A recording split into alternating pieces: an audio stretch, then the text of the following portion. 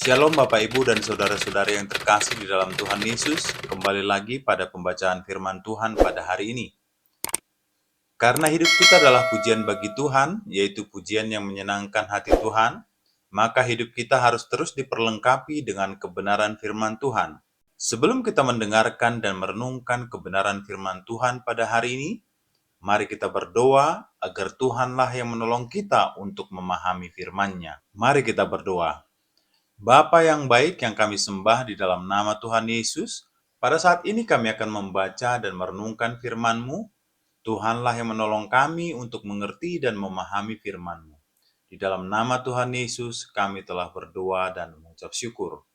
Amin. Langsung buka Lukas pasal 9 ayat 28 sampai 36. Saya bacakan dulu ya seluruhnya, oke?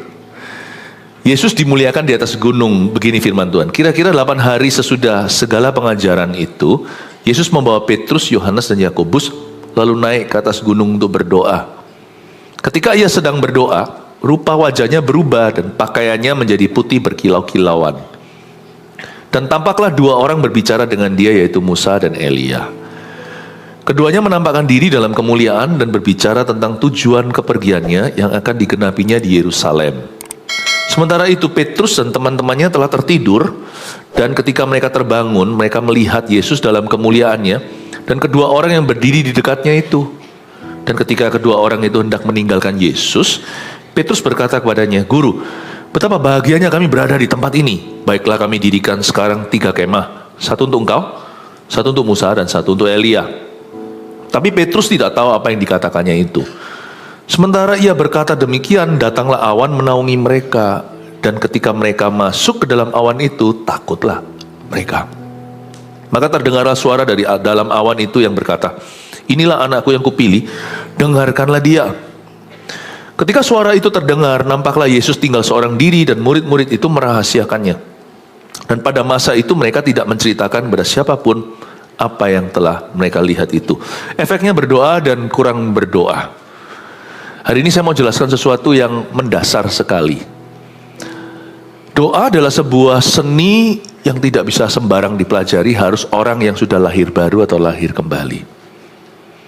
Tapi kalau Anda memang mau mempertajam satu skill, pertajamlah kemampuanmu untuk berdoa. Bukan hanya berguna untuk dirimu di masa-masa krisis atau kritis hidupmu, tapi doa itu sangat berguna buat orang lain juga. Kalau rumah Tuhan disebut rumah doa, jemaatnya nggak bisa berdoa gimana? Bisa berdoa itu penting loh. Karena itu akan nanti menjadi penolongmu di saat-saat kau butuh. Karena jalur dengan Tuhan itulah koneksi sesungguhnya yang kau perlukan. Kalau kita pelihara hubungan dengan orang-orang yang berkuasa atau yang pegang kunci,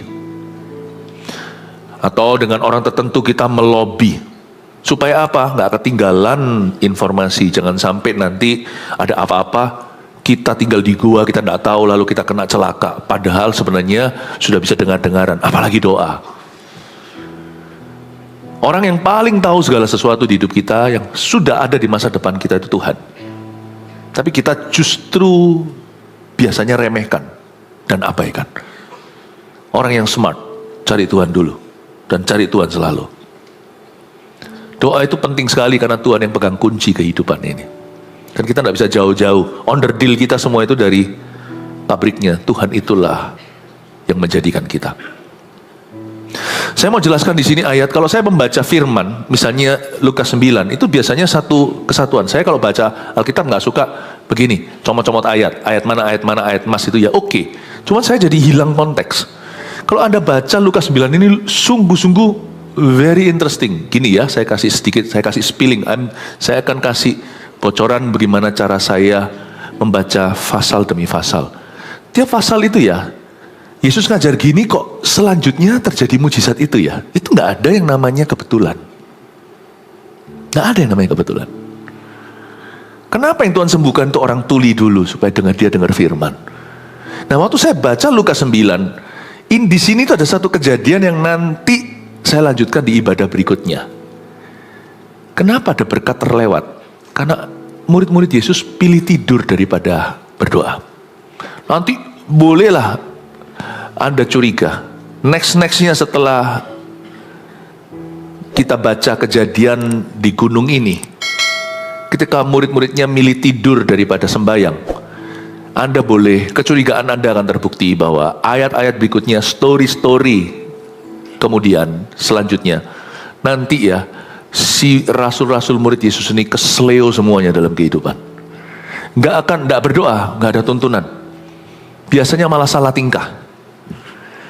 Nanti semua yang lainnya itu kekonyolan demi kekonyolan.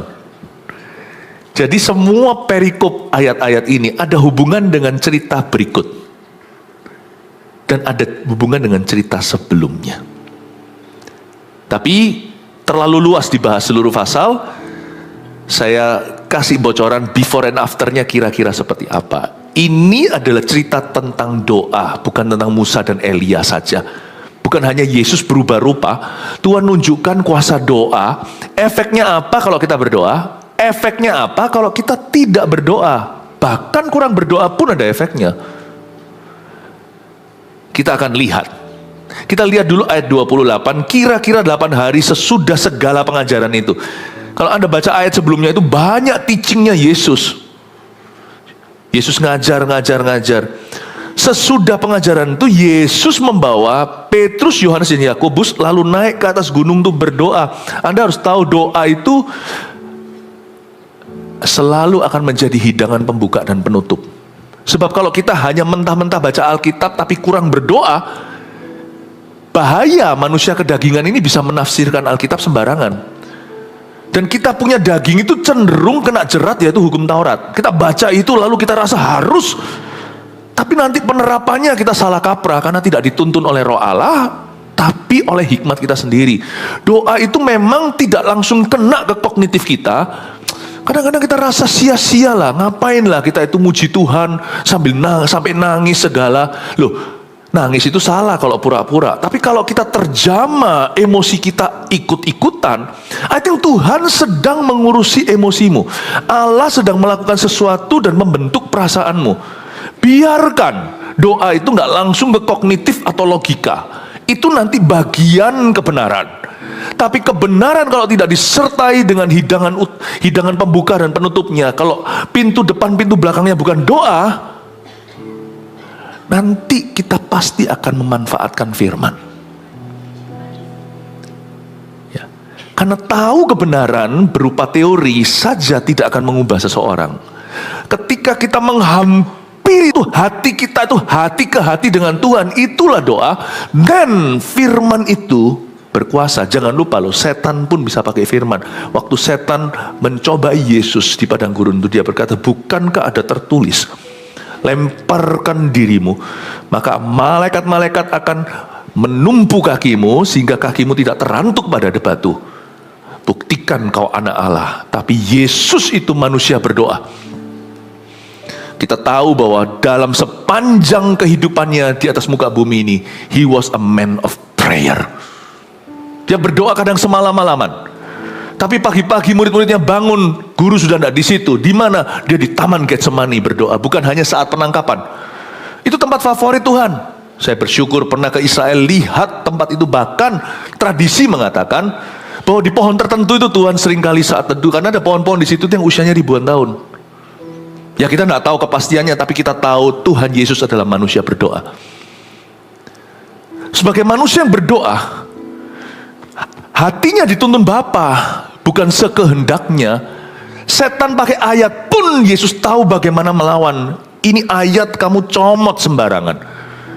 Karena ketika hati orang tunduk pada Tuhan, maka firman Tuhan akan berkuasa dalam diri orang itu. Saya ingin mengajarkan pada Anda, kalau kita hanya menyelidiki firman, tapi kita tidak sungguh-sungguh berserah dalam doa, lama-lama kita jadi Farisi. Yesus pernah negur begini, kamu selidiki ayat-ayat firman ini, padahal setiap ayat itu bicara tentang aku, namun kamu tidak pernah mau datang kepada aku supaya diselamatkan. Luar biasa Tuhan menegur ahli-ahli Taurat. Inilah sebabnya banyak orang Kristen datang ke gereja bisa dengar khotbah. Memang saya tidak ajarkan supaya kita itu mengadili orang berdasarkan penampilan. Jangan kita itu kasat mata lalu menghakimi. Kita kan tidak tahu hati.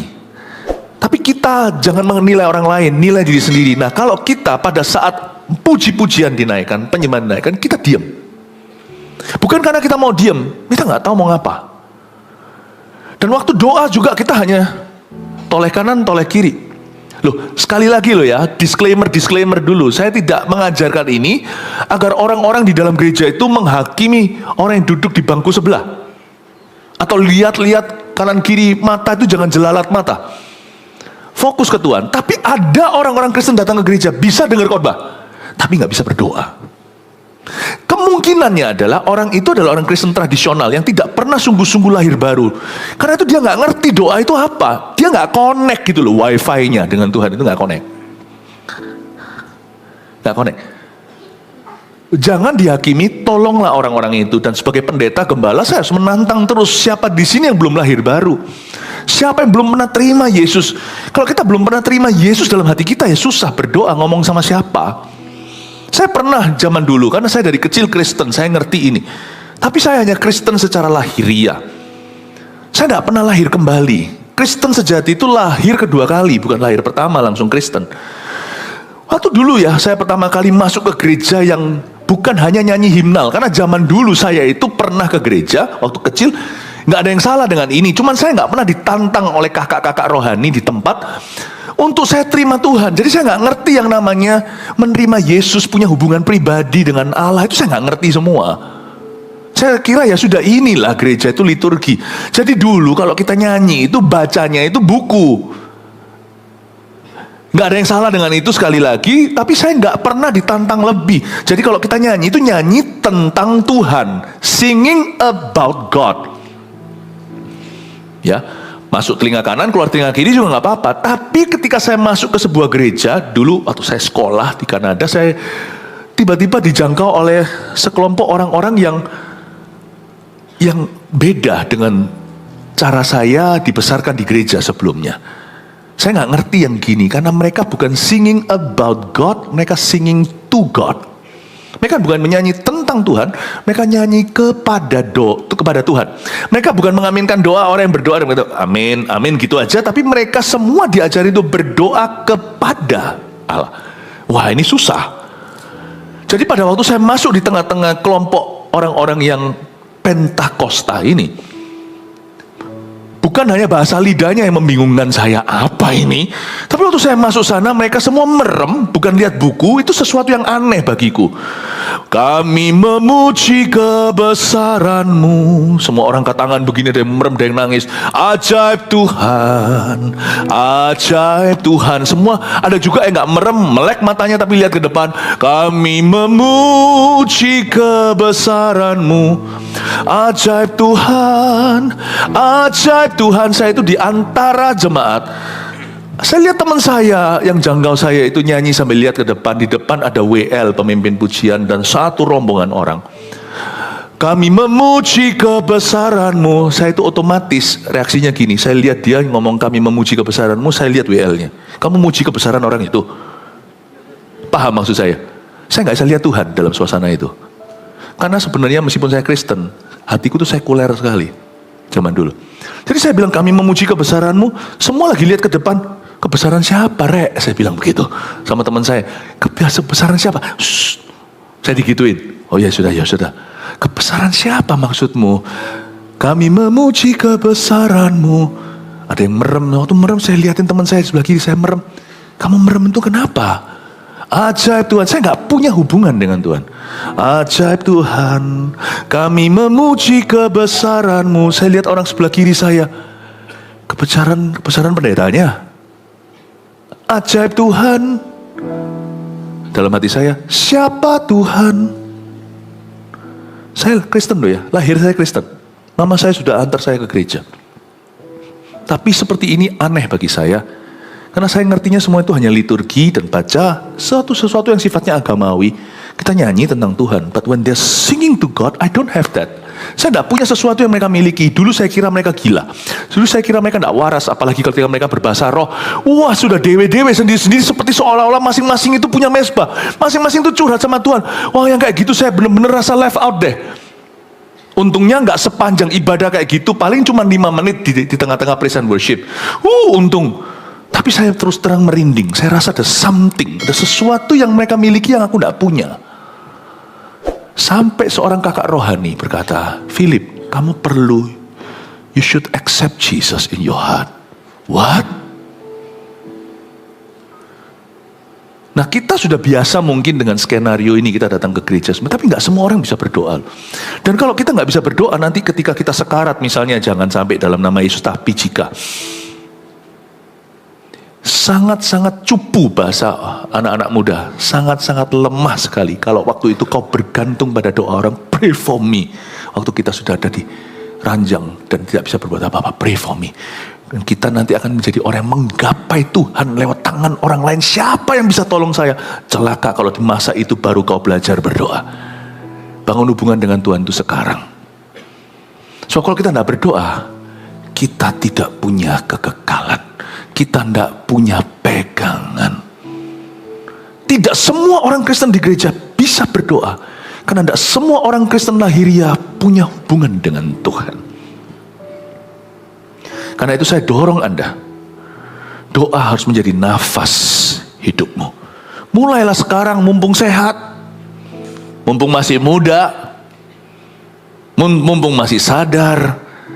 Kira-kira 8 hari sesudah segala pengajaran itu, you see, setelah Yesus ngajar, diakhiri dengan apa? Dia bawa 3 muridnya yang paling dekat, naik ke atas gunung untuk berdoa. Yesus tidak berhenti sampai memberi mereka seminar.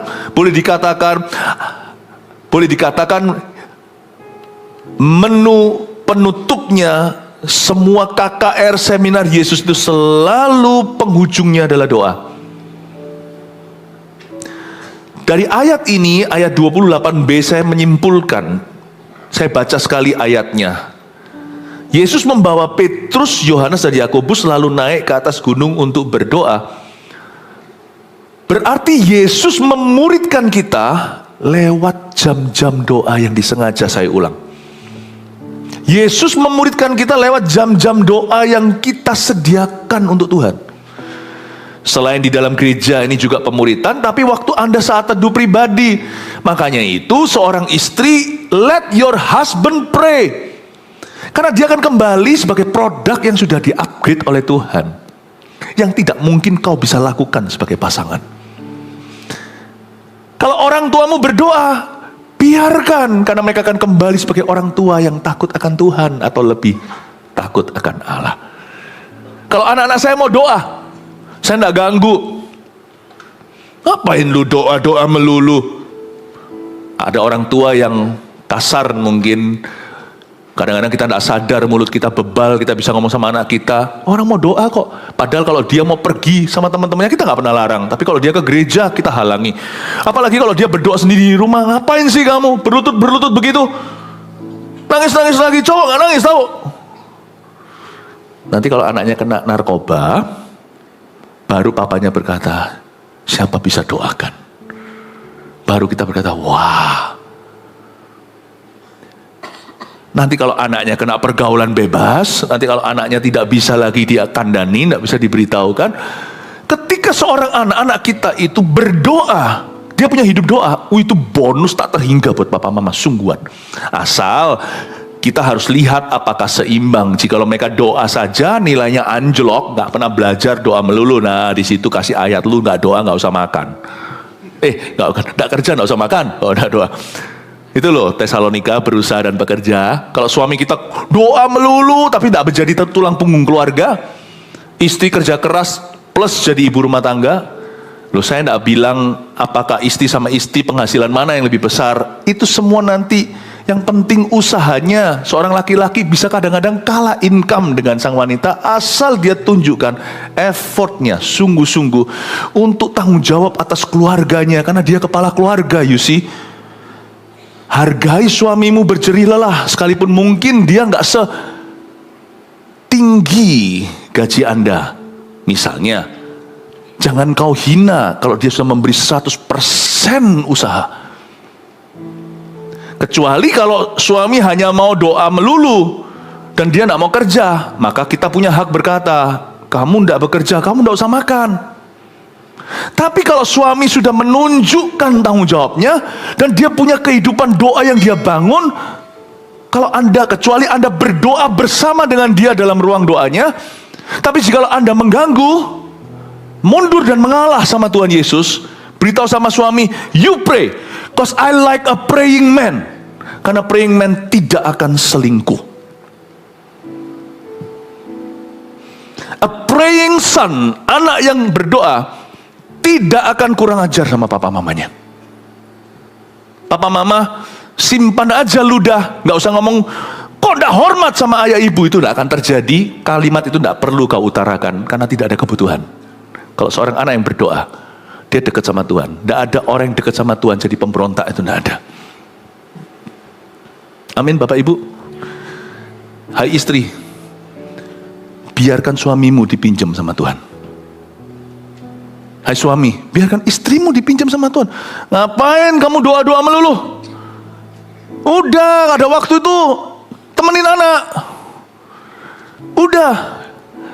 Apapun yang menjadi berhala, kecuali kalau istri Anda memang tidak bertanggung jawab. Tapi kalau istri Anda sudah sungguh-sungguh memberi yang terbaik, dan kalau dia bangun hidup doa, jangan kau berhalakan anak. Ngapain Tuhan? Anak aja. Nanti justru korsletingnya, kutukan itu kan terjadi antara hubungan anak dan mamanya nanti. Apapun yang kau berhalakan, akan masuk setan di sana. Di mana area tidak kau doakan, itu tidak dikuduskan, itu pasti menjadi celah dalam kehidupanmu. Let your wife pray. Because she prays, karena dia doa, kemungkinan terbesar efek sampingnya adalah usahamu akan diberkati, hai suami. Gara-gara istrimu takut akan Allah. Gara-gara istri yang takut akan Tuhan, Abigail itu Daud tidak jadi melakukan suatu kesalahan terbesar dalam pemerintahannya. Bapak Ibu Saudara, Yesus itu memuridkan kita lewat jam-jam doa. Tapi kalau kita tidak punya jam-jam doa itu dengan Tuhan, Yesus tidak bisa muridkan kita. Nggak jadi. Masa-masa berdoa adalah sesi-sesi dengan Yesus Kristus. Nah pertanyaannya, kenapa kalau ada orang berdoa nggak berubah? Doanya nggak nyampe. Kenapa kalau ada orang yang berdoa tapi munafik hidupnya? Ya tergantung, kalau standar kita terlalu tinggi, semua orang harus sempurna, repot. Sang suami tidak pernah doa, mamanya aktif di gereja, dikit-dikit salah, sedikit-sedikit langsung kita tuduh, kita bilang percuma Tuhanmu, padahal hanya karena masakannya keasinan misalnya. Kalau yang nggak prinsip-prinsip banget, come on lah, orang berdoa juga masih manusia, kecuali kalau dia memang hidup di dalam dua dunia, mukanya dua, luar dalam nggak sama. Kalau ada orang kayak gitu, percayalah, bukan salahnya doa, itu orang doa kayaknya, tapi doanya nggak nyampe, alias dia pura-pura, itu hanyalah pelarian atau alasan. Anda juga bisa menguji doa orang itu tulen, genuine, apakah sejati. Ya, di sini kan ada orang berkata, aku punya temen tuh aktif tuh doa, pendoa sekali dia, apa-apa doa, tapi lihat itu, dia memang sengaja sana sini merugikan orang-orang. Di mana dia bekerja, dia korupsi di situ. Lihat dia doa, tetapi lihat dia di luar sana kelakuannya. Dia berzina. Dia nggak setia sama pasangannya, dan kayak gitu jangan percaya. Dari buahnya, bukan dari doanya, kau tahu satu pohon. Kau nilai pohon itu dari buahnya. Orang itu kalau berdoa benar, sungguh-sungguh doanya nyampe sama Tuhan. Artinya doanya nyampe itu, dia waktu doa itu sungguh-sungguh dimuridkan. Dia doanya itu bukan hanya kamuflase atau hanya sebagai hiasan. Kalau orang itu doa sungguh-sungguh, dia konsentrasi penuh dengan Tuhan, itu dia bawa hidup. Tuhan pasti akan obrak-abrik hidupnya, percayalah. Kita kalau doa yang nyampe sama Tuhan itu doa yang begini loh, yang doa yang masuk ke hadirat Allah. Yesus muridkan kita di jam-jam doa kita itu. Tuhan sungguh-sungguh muridkan kita. Yang kayak gitu tuh doanya sungguh-sungguh. Ya. Tapi orang yang nampaknya berdoa tetapi hidupnya tidak keruan, jangan kau mudah percaya. Anggaplah doanya hanya pura-pura. Tapi ya, jangan keterlaluan. Dikit-dikit ada orang itu yang selalu cari salahnya anggota keluarganya yang Kristen. Wah, selumbar dicari padahal di mata orang, padahal sebalok di matanya itu nggak kelihatan. Nah yang gitu ya kita harus balance ya, kita harus seimbang. Tapi kalau itu sesuatu yang cengli, ya, Kita ngerti. Tapi kalau itu sesuatu yang tidak lumrah, kita lihat orang itu kayaknya doa, tapi di luar dia main wanita, padahal dia sudah beristri. Don't believe a thing that he's praying to God. He's using God's name in vain. Jangan percaya kalau dia berdoa kepada Tuhan, tapi justru sebaliknya dia memanfaatkan Tuhan. Dia memanfaatkan Tuhan. Dia menyebut nama Tuhan dengan sembarangan. Amin, Bapak Ibu. Tapi kalau Anda sungguh-sungguh berdoa, ingatlah bahwa Yesus yang membawa Petrus, Yohanes, Yakobus naik ke atas gunung untuk berdoa, Yesus perlu waktu-waktu doa untuk memuridkan Anda. Kalau Anda tidak provide waktu itu, Anda juga tidak akan alami pemuridan Yesus dalam hidupmu. Saya ingat waktu saya nggak bisa tiap hari saya mesti berdoa. Kalau saya tidak dimuridkan Tuhan di jam-jam doa saya, celaka. Saya ini orangnya keras. Saya masih ingat kok, apalagi dulu waktu saya baru bertobat. Setiap kali masuk hadirat Allah ya, saya nangis benar-benar. Saya itu orangnya paling anti cengeng padahal. Nangis kalau kadang waktu nyanyi 2-3 lagu atau lagu keempat, gimana saya pakai gitar ala kadarnya, kunci-kuncinya sebisanya.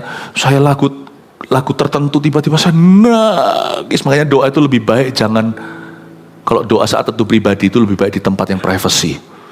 Saya nyanyi. Nangis Tuhan, karena saya malu-malu sendiri setelahnya. Kenapa aku ini nangisan?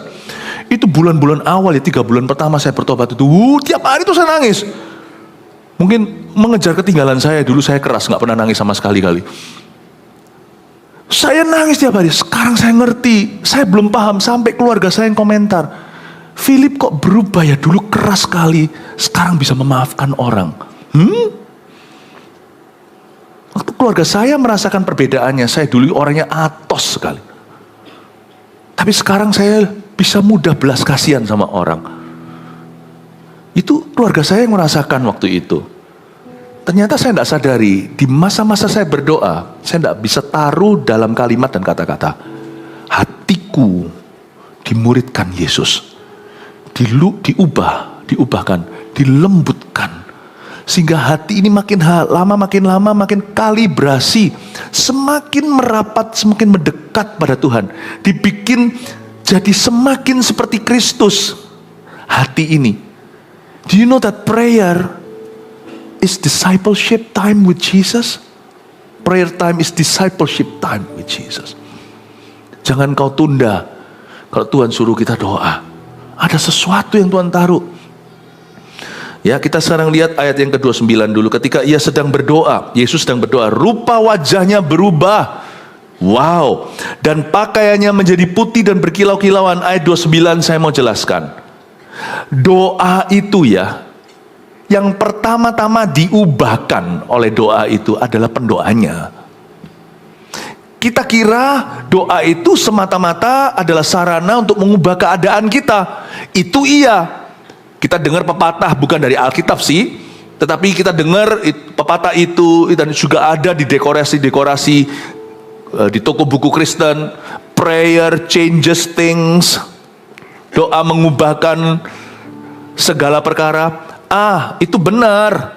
Tapi ingin saya tekankan lewat ayat 29. Yang pertama diubahkan oleh doa seseorang adalah pendoanya itu sendiri. Dalam hal ini sekarang kita lihat contoh Yesus. Yesus tidak berdosa. Beda sama kita. Kita orang berdosa butuh doa. Kalau enggak, siapa kekang daging kita? Tapi Yesus itu suci. Dan ketika ia sedang berdoa, nampak warna aslinya. Doa itu mengubahkan pendoanya. Waktu Yesus sedang berdoa, rupa wajahnya berubah.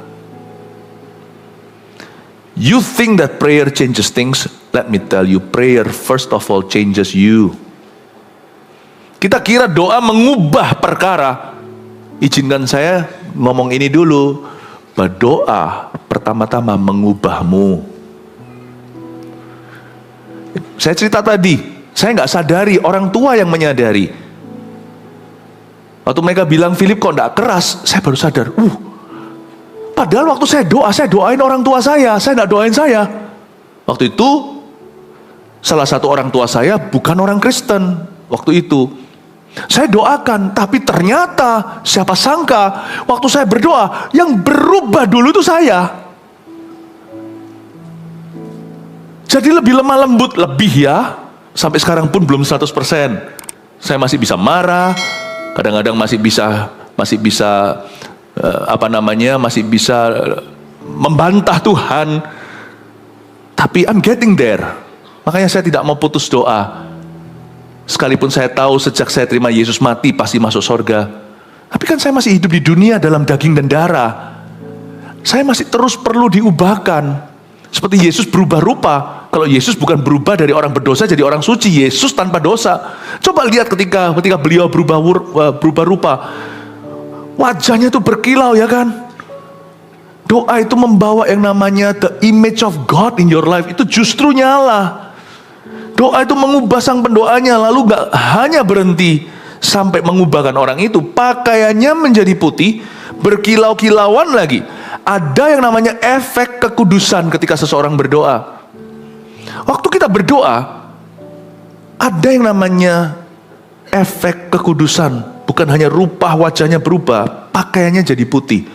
Di area-area kedagingan, area-area kompromi kita, area-area kita selalu kalah, selalu tergoda, selalu jatuh dalam dosa, area-area pencobaan, itu tiba-tiba ada efek ini.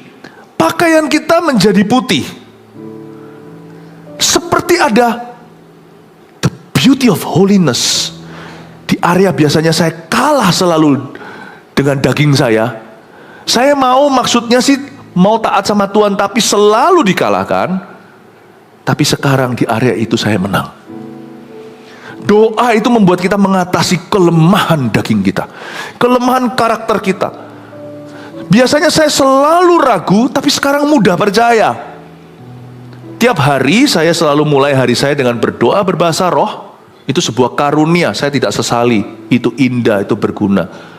Malam hari sebelum saya tidur, saya berbahasa roh lagi. Itulah setiap hari disiplin rohani. Saya selalu mulai hari dengan Roh Kudus, mengakhirinya dengan Roh Kudus. Karena saya tahu saya tidak bisa percaya diriku. Kalau saya percaya pada diri saya, saya tidak tahu saya berakhir jadi apa. Pakaian menjadi putih itu berarti ada efek kekudusan. Ada kuasa di area-area kelemahan. Di mana bajuku itu seperti dicuci. Aneh, ketika kita berdoa, kita bisa mengalahkan pencobaan. Ketika kita kurang berdoa, bukankah Yesus berkata gini sama murid-muridnya? Roh memang penurut, daging itu lemah. Berdoalah supaya kamu jangan jatuh dalam pencobaan. 3 kali Tuhan ngomong begitu waktu murid-muridnya pilih tidur di Getsemani. Padahal Yesus sudah mau diserahkan. Karena mereka tidak berdoa, ya lumrah Petrus menyangkali 3 kali sebelum ayam berkokok 2 kali. Yohanes salah satu yang diajak doa malah bobok pulas. Nanti Yohanes itu ketika Yesus ditangkap, dia juga hampir ketangkap. Dia lari dan tinggalkan jubahnya, bajunya. Ada satu murid yang lari telanjang, tahu nggak? Malu banget. Kalau kita tidak berdoa, nanti kita tidak akan ready untuk pencobaan di depan, tantangan. Dan terutama kita nggak akan siap untuk apa yang Tuhan mau lakukan di hidup kita dan orang lain.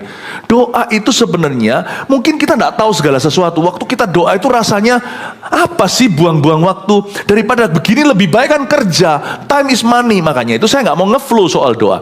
Soal doa itu saya punya set waktu. Saya disiplin, tidak kurang, tidak lebih. Karena saya tidak berada dalam sebuah perlombaan 100 meter atau sprint. Saya dalam maraton. Hidup saya itu seumur hidup harus doa. So saya tahu saya siapa. Saya tahu saya siapa sebelum saya kenal Tuhan. Saya tahu saya masih bisa jadi siapa kalau hari ini saya jauh dari Tuhan. Saya tidak boleh percaya pada dagingku. Saya harus percaya pada Yesus di dalam diriku. Karena itu saya harus hidupkan manusia roh saya. Karena saya tahu bahwa saya itu seumur hidup perlu membangun hidup doa yang benar-benar konsisten dengan Tuhan. Saya tidak mau nafsu di depan, doa 5-6 jam, lalu habis itu 6 tahun gak doa. Atau saya tidak mau kurangi sebentar, hari ini kurangi 5 menit, lama-lama akhirnya pun tidak berdoa. Karena saya tahu hidupku maraton, saya harus konsisten dan konstan dengan Tuhan. Hari saya selalu dibuka dengan saya menyapa Roh Kudus, dan selalu ditutup dengan saya menyapa Roh Kudus. Karena saya tahu pakaian saya hari ini masih putih, itu karena kuasa doa yang dibangun secara sengaja. Sebab kita semua, kalau hari ini kurang berdoa, kita pun nanti akan melihat kebangkitan daging kita. Dan daging itu bau, daging itu basi. Tidak ada yang baik, makanya tidak disebut buah-buah daging. Kasih, sukacita, damai sejahtera itu buah roh. Roh dengan R huruf kecil. Memang Roh Kudus, tapi roh kita yang membuahkan. Karena kita bersekutu dengan roh Allah. Buah daging itu bukan kasih, bukan sukacita, damai sejahtera, kesetiaan, penguasaan diri, bukan. Buah daging itu amarah, pesta porah, perzinahan, pembunuhan, iri hati, itu buah daging. Karena saya tahu kita semua adalah keturunan Adam dan Hawa. Kita pastikan manusia roh kita yang memimpin di depan. Hiduplah oleh roh, Roma 8. Maka kamu tidak akan mengikuti hawa nafsu daging. Dosa itu susah ditolak kalau hanya ditenging-tenging doang. Setannya gampang. Tapi keinginan dalam diri kita yang menyeret kita dalam dosa itu hanya bisa dikalahkan ketika kita sembahyang, ketika kita berlutut di hadapan Tuhan, ketika di kaki Yesus, kita mendapatkan kuasa supranatural. Kita mendapatkan kuasa yang spiritual yang tidak kelihatan, yang Tuhan taruh dalam diri kita, dan itu menyala lewat doa, sehingga kita berani berkata tidak kepada dosa. Iman kita lebih kuat daripada manusia daging kita. Itulah sebabnya doa is very powerful untuk menguduskan pakaian seseorang. Makanya ayat pengkhotbah dikatakan, adakah minyak di kepalamu dan biarkan pakaianmu atau jubahmu tetap putih. Itu hanya bisa dipelihara ketika seorang punya kehidupan doa. Banyak orang Kristen tidak punya kehidupan doa. Mereka hanya ke gereja seminggu sekali. Tidak heran, maaf, hidupnya penuh dengan laraan. Kita bisa lihat hidupnya Senin sampai Sabtu penuh dengan sampah-sampah rohani di dalam diri. Kenapa? Orang itu bermaksud baik juga nggak bisa, karena it's by God's power. Hanya lewat Holy Spirit's power, hanya lewat kuasa Roh Kudus kau bisa kalahkan sifat dosamu. Itu tidak bisa lewat pendidikan. Orang berkata cara mengentas masalah dunia itu adalah semua orang harus berpendidikan tinggi. Come on, pernah lihat orang berpendidikan tinggi? Eropa tidak kurang-kurang. Coba kita lihat sekarang semua itu, baik LGBTQ, semuanya itu, apakah mereka orang bodoh? Tidak. You think that the answer adalah education? You're wrong. It's prayer, soaking in benar-benar kita itu berada, meluangkan waktu dengan Jesus Christ dalam doa. Itu yang membuat pakaian putih. Bukan hanya itu, berkilau-kilauan lagi. Ada efek pemakaian Allah atas hidup orang itu. Doa itu ada efek pemakaian Tuhan, bukan hanya putih bajunya untuk dirinya, tapi berkilau-kilauan yang membuat orang lain terkena sinarnya. Kalau kita berdoa ya, saya melihat sesuatu. Itu ya, hidup kita itu penuh dengan yang disebut keberuntungan oleh orang dunia, tapi kita orang percaya menyebutnya kebajikan dan kemurahan. Aneh, kemana kita pergi sekalipun sesuai dengan rencana, selalu nanti ada pemakaian-pemakaian Allah yang tidak terduga. Saya setiap orang hidupnya lain-lain, tapi saya punya kesaksian saya. Saya misalnya, tak lama yang lalu kita ada acara full timer di waktu itu di Kota Batu. Kita ada retreat lah, ya biar full timer bisa istirahat, bisa olahraga. Kita harus orangkan setiap orang. Gak hanya jemaat yang dikasih full timer, juga adalah jemaat Tuhan. Kita di situ kumpul, sesi ringan, sampaikan, lalu kita doa, lalu sisanya itu olahraga segalanya. Tiba-tiba ada satu orang, saya mestinya nggak jalan ke situ, tapi nggak tahu kenapa ada gerakan saya mesti jalan ke sana. Padahal saya tadinya mau pergi ke WC atau kemana saya lupa.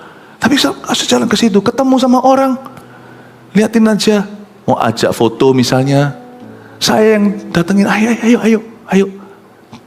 Siapa sangka ternyata orang yang punya trauma sebelumnya, bukan jemaat kita, punya trauma sama hamba-hamba Tuhan, punya trauma sama gereja, sama orang Kristen. Simple gesture. Mestinya ke WC, nggak tahu kenapa saya ke rute itu. Saya jalan dulu lewat di situ. Saya itu nggak pernah nganggur. Pas istirahat pun mau pakai waktu sebaik-baiknya.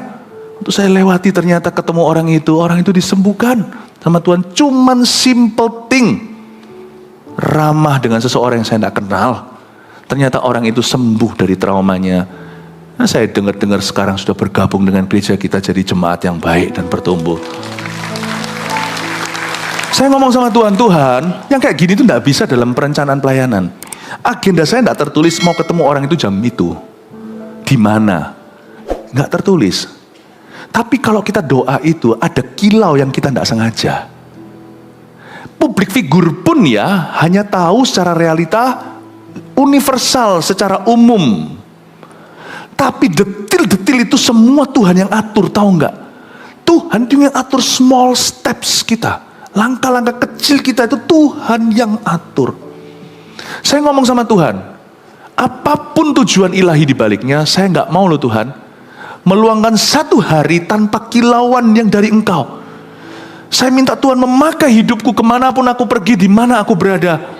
Pakailah saya Tuhan. Pengalaman gitu banyak dalam hidup saya. Saya pernah sekali waktu di Singapura lagi pelayanan. Itu jalan di Takashimaya situ. Lucu sih kadang-kadang itu gak ada artinya, bukan soal sorga dan neraka. Saya tidak kepingin, udah lapar nih, udah tahu makanan mau dituju, misalnya kita mau makan nasi ayam di mana gitu ya, misalnya ya. Bisa saya kepingin masuk ke mall itu, saya itu bukan orang yang nge-mall. Ya, lalu habis itu datang ke sana, khusus ajak keluarga saya, borong-borongan semuanya, cuma masuk lewat food courtnya Takashimaya situ, keliling, balik lagi keluar untuk pergi ke restoran, ngapain? Ternyata ketemu sama satu orang yang kemarin berdoa, Tuhan kalau Engkau mengasihi aku pengen ketemu Pastor Philip, mau foto, ampun. Fotolah kami, cepet. Nggak nyembuhkan trauma apa-apa. Tuhan cuma mau jawab dalam, itu bukan pelayanan, saya lagi liburan. Liburan pun nggak sangka saya sedang dipekerjakan.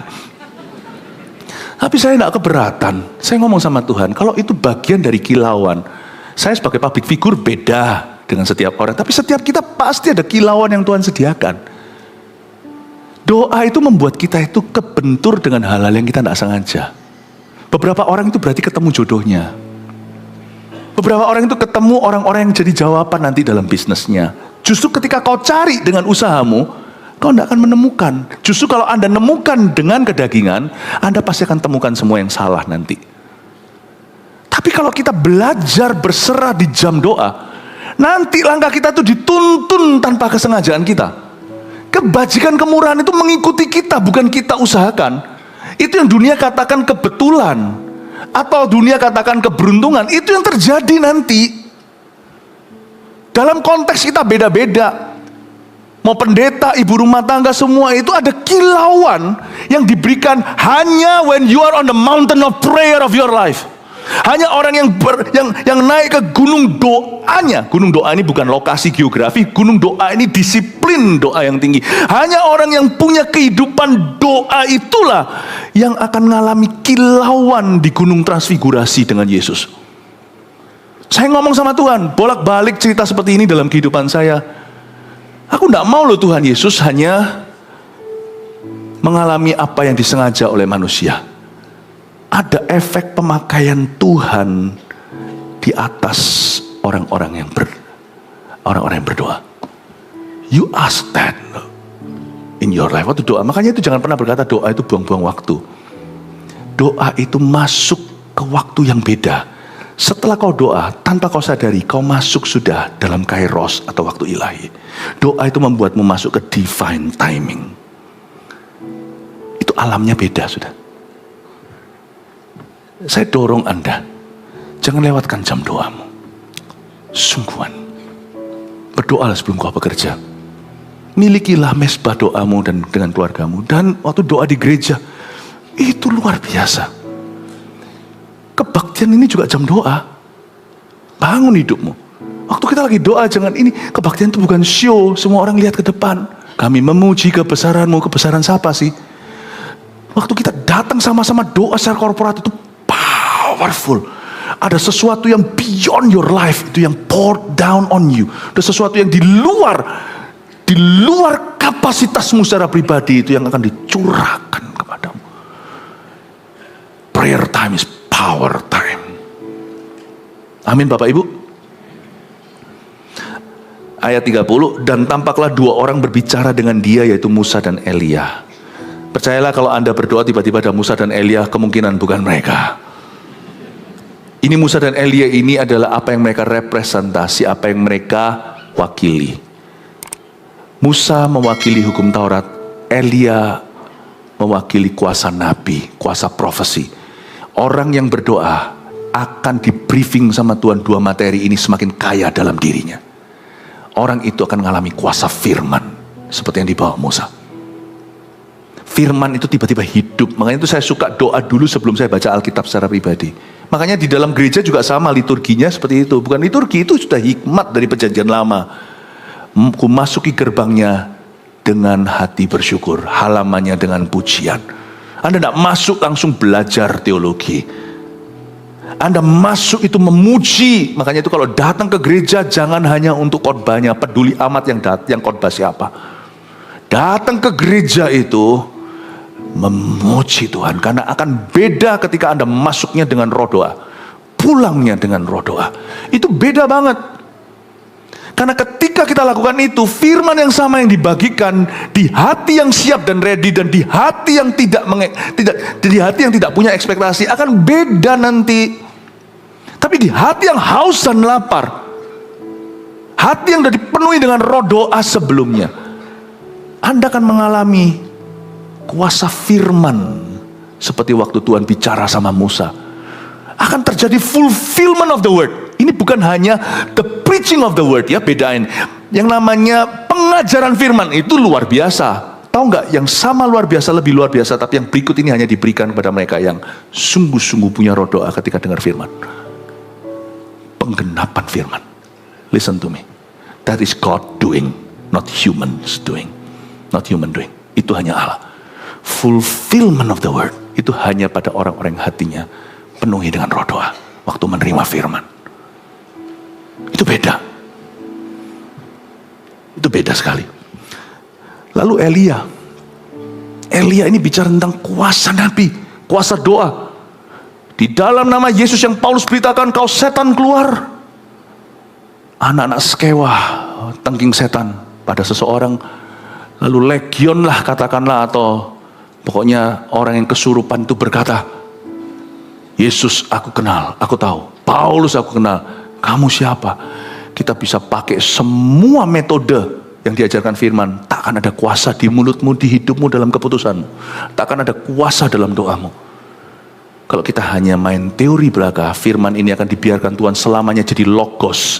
Jadi teori di tangan Anda, teori hanya di dalam pikiran Anda, tidak akan pernah menjadi pedang bermata dua. Tuhan itu tidak bodoh.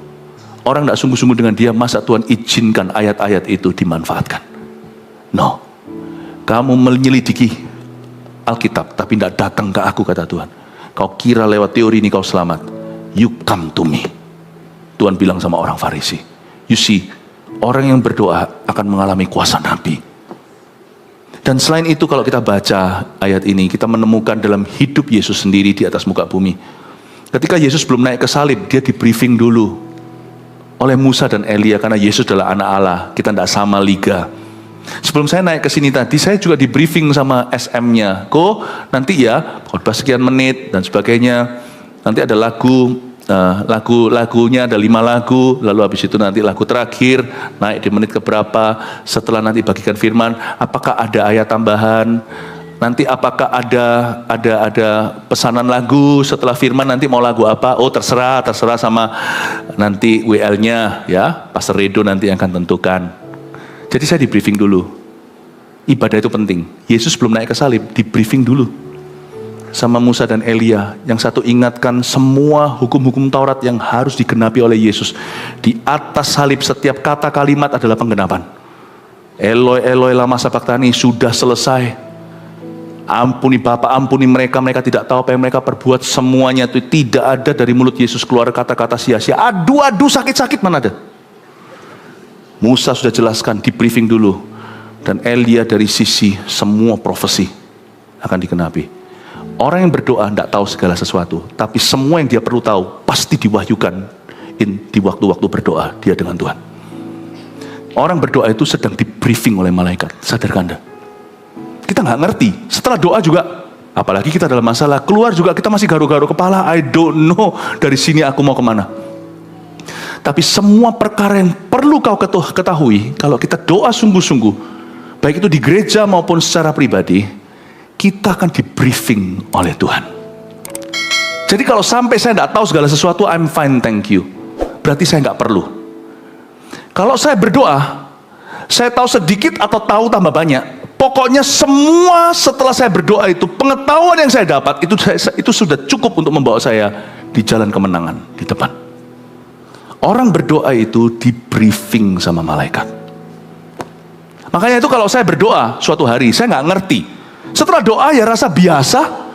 Orang berkata doa selalu rasa listriknya, kadang iya kadang enggak. Bukan itu, bukan di dalam feeling. Waktu saya berdoa, saya tahu Tuhan ada di hidup saya. Barang siapa mencari Tuhan, dia harus percaya Allah itu ada, kata Ibrani. Dan bahwa Allah memberi upah kepada barang siapa yang sungguh-sungguh mencari dia. Saya berdoa, kadang saya merasakan sesuatu, kadang tidak. Setelah saya selesai berdoa, misalnya, besok lusa, kadang-kadang doa itu ada yang dijawab berapa hari kemudian, berapa bulan. Bisa tumpuk-tumpuk overlapping gitu, doa besok nanti untuk, nggak tentu Tuhan punya waktu itu setiap kali kita doa itu di briefing apa. Nah, misalnya saya ketemu dengan orang tertentu, saya ingat, waktu saya ketemu itu tiba-tiba klop. Rasa seperti kayak saya pernah ketemu orang ini nggak asing lagi. Ada semacam intuisi-intuisi yang saya tidak pelajari. Waktu ketemu orang tertentu dan saya tahu saya mau ditipu, saya tahu orang ini ada something wrong di dalamnya, bukan menghakimi. Kalau itu urusan orang itu ya bukan urusanku. Tapi kalau ini berhubungan dengan kami dan bisa menjerat seseorang, bisa menjerumuskan, saya kerasa kok seperti ada sesuatu nudge, ada suatu ketukan di dalam spirit saya. Be careful with this person. Be careful. Itu saya tidak bisa jelaskan. Cainali Cianguoni. Di mana ya saya pernah ketemu orang ini? Saya tidak ada something personal atau sesuatu yang pribadi. Saya nggak ada pengalaman bahkan pertama kali ketemu. Tapi di hati saya sudah ada perasaan nggak nyaman. Be careful, hati-hati. Praduga tak bersalah, kita uji. Untung kita tidak gegabah, langsung putuskan di tempat. Ternyata sungguhan kan? Ujungnya itu hoax. Doa itu, kita waktu doa mungkin tidak tahu. Tapi setelah kita jalan dalam kehidupan itu, kita bisa tahu sesuatu. Because last week I was praying for this. Karena minggu lalu saya doa tentang ini. Atau karena kemarin saya sudah berlutut di kaki Yesus. Atau kadang-kadang bisa ketemu sama satu orang, tiba-tiba serak. Nggak bisa nggak? Ini orang begini. Berapa banyak di antara Anda hari ini dapat kepercayaan dari Tuhan karena kami menemukan talenta-talenta itu dan kami rasa ini kayak Paulus ketemu Timotius, ini dia. I found the person. Aku telah menemukan orang yang tepat. Itu kalau nggak doa nggak dapat. Yesus sebelum menemukan 12 rasulnya, bahkan termasuk Yudas, dia berdoa semalam-malaman kepada Bapa sebagai anak manusia. Sekalipun Yesus anak Allah yang maha tahu, dia berdoa semalam-malaman kasih teladan. Sebelum kau pilih orang, ada intuisi-intuisi tertentu, pengetahuan-pengetahuan yang sifatnya bukan kau pelajari di sekolah atau tidak ada buku manualnya. Itu pengetahuan diberikan after your times of prayer. Pengetahuan yang diberikan setelah ada waktu-waktu doa kepada Tuhan. Itu yang disebut ada dua orang berbicara dengan dia, yaitu Musa dan Elia. Lanjut sedikit lagi lalu kita selesai. Keduanya menampakkan diri dalam kemuliaan dan berbicara tentang tujuan kepergiannya yang akan digenapinya di Yerusalem. Itu buktinya yang saya katakan tadi, di briefing tentang kematiannya. Ya, bukan karena Yesus lupa, tapi itu sudah menjadi bagian dari rencana Bapa. Ayat 32. Sementara itu, Petrus dan teman-temannya telah tertidur. Ini sangat kita. Apapun alasan kita tidak berdoa, setiap kita pasti punya alasan yang masuk akal. Kalau ujungnya selalu doa yang dikorbankan, ya itu sudah pilihan, sungguhan. Kalau selalu gereja yang dikorbankan, itu sudah pilihan. Tapi pilihan kita itu selalu ada konsekuensi, baik ya atau tidak, baik sekarang atau nanti, itu selalu ada efeknya. Nah, efeknya tentunya adalah Petrus, Yohanes, Yakobus tidak ready untuk apa yang Yesus mau lakukan di depan. Sementara itu Petrus dan teman-temannya telah tertidur, dan ketika mereka terbangun, mereka melihat Yesus dalam kemuliaannya. Nah, ini mereka nggak siap. Kan mereka tidur kan? Apapun alasannya, sekali lagi, orang itu punya 1001 alasan untuk berdoa. Alasan yang paling utama yang sering kali terjadi adalah karena berdosa. Karena ada orang yang memilih ketika dia jatuh dalam dosa, dia rasa nggak layak, dia berhenti berdoa, bukan cari pengampunan Tuhan, tapi malah lari dari hadiratnya. Atau alasan lain adalah kesibukan. Oh percayalah, 24 jam sehari itu berlaku untuk setiap orang. Tuhan yang menciptakan 24 jam sehari, bahkan sebelum ada jam dan menyebutnya 24.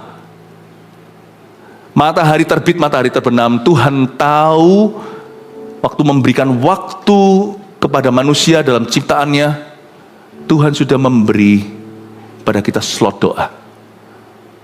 Tuhan itu sudah kasih mentah ke tangan kita, tinggal kita kelola dan prioritaskan. Tuhan tidak suruh kita doa penuh, tidur pun Tuhan sudah set dalam tubuh kita. Sebagian orang butuh 6 jam, ada 7, ada 8, makin tua makin dikit. Tuhan sudah set, kita nggak tidur 24 jam sehari, kita juga nggak bisa kerja 24 jam sehari.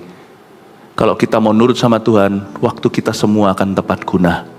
Bapak, Ibu, Saudara, apapun alasan kita tidak berdoa, ingatlah bahwa doa itu tidak tergantikan. Apapun alasannya, ada konsekuensinya. Dan saat mereka terbangun alias terjaga, mereka melihat Yesus dalam kemuliaannya, there they were unready, mereka nggak siap. Dan kedua orang yang berdiri di dekatnya, jadi Yohanes, Yakobus, dan Petrus tidak hanya tidak siap ketika bangun dari tidur mereka melihat Yesus dalam kemuliaannya, mereka siap untuk menerima Yesus dalam kebiasaannya. Tapi menerima Yesus dalam kemuliaannya, they were not ready. Mereka tidak bisa memaksimalkan, tidak bisa memanfaatkan dengan baik dan benar kairos atau glory, kabot, kemuliaan berikutnya, atau perkara-perkara ilahi yang akan segera dihidangkan di depan mereka. Mereka tidak siap. Dan bukan hanya mereka tidak siap ketemu Yesus dalam kemuliaannya, mereka juga tidak siap ketemu sama dua orang yang berdiri di dekat Yesus. Orang yang tidak berdoa, mereka tidak akan siap untuk perkara ilahi yang segera akan tiba. Sehingga misalnya perkara ilahi itu dibungkus pandemi atau dibungkus apa kejadian di dunia itu, mereka nggak akan siap untuk meresponinya sebagaimana yang Tuhan kehendaki dan rencanakan atas hidup mereka. Biasanya justru akan membuat kesalahan-kesalahan yang fatal di saat-saat yang sangat penting di dunia ini dan dalam hidup mereka. Dan yang lainnya lagi, mereka nggak siap untuk orang-orang yang penuh Roh Kudus yang Tuhan akan utus, yang akan dipakai Tuhan untuk menambahkan sesuatu dalam hidup mereka. Sebab orang yang kurang berdoa atau tidak berdoa biasanya akan membela orang yang salah dan menganiaya orang yang salah. Renungkan. Orang yang tidak berdoa, Tuhan akan disebut hantu, hantu akan disebut Tuhan. Kalau Tuhan mau memberkati seseorang, Tuhan bisa utus orang-orang, karena Tuhan selalu pakai manusia. Dan orang yang tidak berdoa cari Tuhan, seperti Cornelius waktu ketemu Petrus, dia siap karena dia berdoa sekalipun pengetahuannya masih terbatas, dia belum kenal Injil, belum ada orang yang beritahu. Tapi waktu dia berdoa, Tuhan tunjukkan, kamu akan ketemu seorang hamba Tuhan, kirim bawahanmu untuk jemput dia di jalan tertentu, namanya Simon, yang sekarang ada menginap di rumah orang lain yang namanya Simon, si penyamak kain, penyamak kulit, maaf. Kamu pergi ke sana. Waktu Cornelius ketemu Petrus, dia tahu bahwa ini utusan Allah. Kalau dia nggak berdoa, dia akan salah sangka. Ketemu Petrus malah dianiaya. Orang yang tidak berdoa atau kehidupan doanya sudah ada, biasanya akan membela orang yang salah dan menganiaya orang yang salah. Yang dia bela justru orang-orang yang tidak utus. Yang dia aniaya justru orang-orang yang Tuhan utus. Karena orang-orang itu tidak akan siap untuk menerima kedua orang yang berdiri di dekatnya itu. Nah, disinilah banyak berkat yang missing di hidup kita, bukan karena Tuhan tidak beri, tapi karena kita luput dan salah meresponi. Paham ya? Ada berkat yang luput, bukan karena Tuhan tidak pernah buat lewat, tapi luput karena kita salah sangka. Ya ampun, ternyata utusan Tuhan. Yang satunya, ya ampun, ternyata ini musuh Tuhan yang selama ini ku bela. Karena orang yang tidak berdoa tidak akan punya discernment in the spirit. Dia hanya bergantung logika, kepandaian, dan pengalaman masa lalu yang gak cukup. Buktinya kita masih hidup hari ini, nanti masih mati kemudian hari. Berarti semua pengalaman di belakang itu bukan Tuhan. Dia hanya bisa memberi pelajaran berharga dan bisa memberi kita pengalaman terbatas. Karena baik maupun buruk di belakang tidak bisa menjamin kau salah atau benar di depan. Kita butuh Tuhan. Tapi orang yang tidak berdoa tidak akan punya discernment, tidak punya karunia membeda-bedakan dalam roh. Dia menilai segala sesuatu, termasuk Yesus pun dinilai secara lahiriah. Dia tidak akan bisa menilai perkara-perkara Allah karena dia buta. Karena manusia rohnya tidak dicelikan, dia hanya bergantung logika, bersandar pada pengertiannya sendiri, pada pengalamannya, pada pendidikannya, dan siap, ini seluruh orang-orang seluruh dunia bergantung ini. Dan bergantung survei membuktikan. Itu aja, at top semuanya itu survei. You have no lead from heaven, tidak akan tuntunan dari atas. Makanya itu seorang pebisnis yang takut akan Tuhan, yang sudah dicelikan mata rohnya, harusnya tahu, first thing first you hold on to every morning is the Bible. Hal pertama yang kau dapatkan tiap pagi itu ini.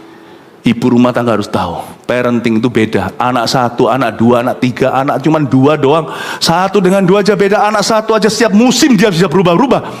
Kayak nggak kenal anakku ini dulu 14, umur 14 tidak begitu, sekarang umur 16 kok beda. You need Jesus. Amin Bapak Ibu.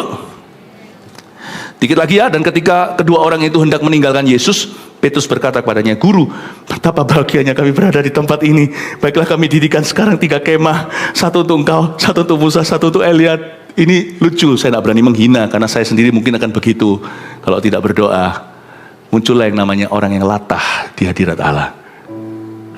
Itu kalau bahasa Gen E-nya hari itu yapping. Nggak, anak kecil tahu ya, stop yapping. Yapping itu ngomong tapi nggak ada maknanya, nggak ada bobotnya. Yapping, bla bla bla bla bla bla bla gitu loh. Lama-lama doa kita cuman bla bla bla bla. Kalau kita nggak punya hubungan dengan Tuhan itu bla bla bla. Doa itu bukan soal panjang pendeknya, tapi doa itu bisa sungguh-sungguh sangat ridiculously missing the target. Itu sungguhan. Doa itu ya, orang itu kalau nggak ngerti hati Tuhan, nangkep ya, orang itu bisa minta yang salah dan benar-benar bisa melesetnya itu jauh dari kehendak Allah, sungguhan. Makanya itu saya nggak berani jauh dari Tuhan, karena kita cenderung nanti yapping, kata-kata kita nggak ada kuasanya. Ngomong sama setan yang menguasai seseorang dalam nama Yesus pun, setannya takut sama Yesus, tapi dia berkata, you're just yapping using Jesus name. Kamu cuma pakai nama Yesus aja, ngomong latah, ngomong sembarangan. Tapi Petrus tidak tahu apa yang dikatakannya itu. Betul sekali, ayat 33, ayat 34. Sementara ia berkata demikian, datanglah awan menaungi mereka. Ketika mereka masuk ke dalam awan itu, takutlah mereka. Ini dia, Tuhan hendak menunjukkan sesuatu. Kalau kalian mau jadi rasul yang dipakai oleh aku, murid yang diurapi, Yesus berkata begini, ini hari itu diajari, kalian harus ditelan oleh awan kemuliaan. Kedaginganmu harus ditelan sama awan kemuliaan. Selama dagingmu yang bicara, I will ignore you. Aku akan abaikan kamu. Tuhan berkata, aku akan ignore you. Lihat ya, Yesus nggak respon. Ini lucu sekali, karena setelah mereka ngomong, Petrus kan ngomongnya yang itu. Dia nggak tahu dia ngomong apa. Guru, tak siapin ya tenda pramuka, 1 untuk engkau, 1 untuk Musa, 1 untuk Elia. Coba lihat ayat 34. Belas sama sekali tidak ada reaksi dari Tuhan. Tuhan tidak merespon. Pernahkah Anda merasakan hidup kita, proyek kita Tuhan tidak responi? Karena apapun yang tidak dari hasil doa, itu adalah yapping ke sorga. Dan Tuhan tidak responi. Tuhan seperti tidak, seolah-olah tidak ada yang terjadi. Jangan marah loh kalau kita itu di ghosting sama Tuhan. Apa itu bahasanya? Ghosting ya? Bukan di ghosting, Tuhan tidak pernah ghosting. Tapi jangan marah ya, jangan panas hati kalau kita seperti didiemin sama Tuhan. Sebab Tuhan tidak bertanggung jawab untuk meresponi segala sesuatu di hidupmu. Apa yang dibangun oleh daging, Tuhan tidak terlibat di dalamnya. Bapak, ibu, saudara, Pak Petrus itu didiamkan sama Tuhan. Dan sementara ia berkata begitu, awan telan dia. Kalau Tuhan mau bekerja lebih dalam hidupmu, dagingmu harus dikikis. Dan tahu gimana caranya daging bisa dikikis? Lewat jam-jam doa, itu terkikis. Beratnya ketika di dalam doa. Aduh, waktu kok berlalu lama sekali. Aduh Tuhan, aku harus belajar percaya, belajar menunduk, belajar berserah. Padahal serasa diburu-buru waktu, hidupku sedang terhimpit sesuatu. But aku harus berlutut di kaki Yesus. How hard it is. Saya kikis, sebab saya tahu kalau daginganku tidak dikikis, dan paling bagus dikikis di saat-saat momen-momen doa, Tuhan tidak bisa berbuat lebih dalam hidup saya. Saya harus ditelan oleh awan. Tiang api, tiang awan itu kemuliaan Tuhan. Maka terdengarlah suara dari dalam awan itu berkata, inilah anakku yang kupilih, submit to him, dengarkanlah dia. Gak ada itu dalam suara itu, terima kasih Petrus untuk tenda pramuka yang kau tawarkan. What a good idea. Atau berkata, lain kali idenya lebih bagus ya, jangan yang biasa. Gak ada, Tuhan gak gubris. Dia langsung berkata, kamu mau dipakai Tuhan, kamu mau melihat pemakaianku dalam hidupmu, dalam bisnismu, dalam tempat kerjamu, dalam keluargamu, kamu mau? Tuhan berkata, inilah anakku yang kupilih, catat itu. Dengarkanlah dia, spend time with him, luangkan waktu dengan dia. Ketika suara itu terdengar, nampaklah Yesus tinggal seorang diri, dan murid-murid itu merahasiakannya, dan pada masa itu mereka tidak menceritakan kepada siapapun apa yang telah mereka lihat itu. 3 poin sini, dengan ini selesai. Terima kasih untuk kesabaran Anda. Nomor 1, efeknya berdoa dan efeknya tidak berdoa. 1, doa mengubah pendoanya dan menguduskannya untuk pemakaian Allah. Ini dia. Yang pertama, berubah adalah pendoanya. Itulah sebabnya jangan khawatir, Pastor Philip saya mau doa tapi saya tidak tahu bagaimana berdoa. Pastor Philip saya mau berdoa, saya tidak fasih lidah. Trust me, bukan lidahmu yang jadi target utama Tuhan, hatimu. 2, orang yang kurang berdoa tidak siap untuk menangkap perkara Allah selanjutnya. Catat, termasuk tidak akan siap ketemu dengan orang-orang yang Tuhan utus. Dan masalahnya Tuhan itu bukan hamba kita. Jadi kalau Tuhan utus itu gosong. Gak ada jaminan Tuhan utus lagi. Meskipun Tuhan itu selalu punya plan B kalau orang bertobat, iya. Tapi jangan cobai. Usus kilaf-kilaf, Tuhan lagi, kirim lagi. Gak tentu, kadang-kadang ada berkat yang lewat. Kalau kita gak menangkapnya, ya sudah lewat. Sudah lewat. 3, sifat kedagingan kita harus dikikis sebelum Allah bekerja lebih lagi dalam hidup kita. Karena Tuhan tidak mau kalau kita menjadi umat pilihannya, tapi masih ada kulit katan dalam hati kita. Ada perkara tertentu itu tidak Tuhan granted, tidak Tuhan benar-benar kabulkan sebelum kita lulus diproses oleh Allah. Ada beberapa perkara dalam hidup saya juga, Tuhan itu sampai melihat sampai saya bertekuk lutut di area tertentu itu, baru Tuhan tunjukkan kemuliaannya. Semoga ini jadi berkat buat Anda dan membuat Anda semakin sungguh-sungguh ketika Anda berdoa, baik di gereja maupun ketika Anda berada di rumah. God bless you. Mari kita semua bangkit berdiri. Makasih Tuhan. Berikan tepuk tangan untuk Tuhan Yesus.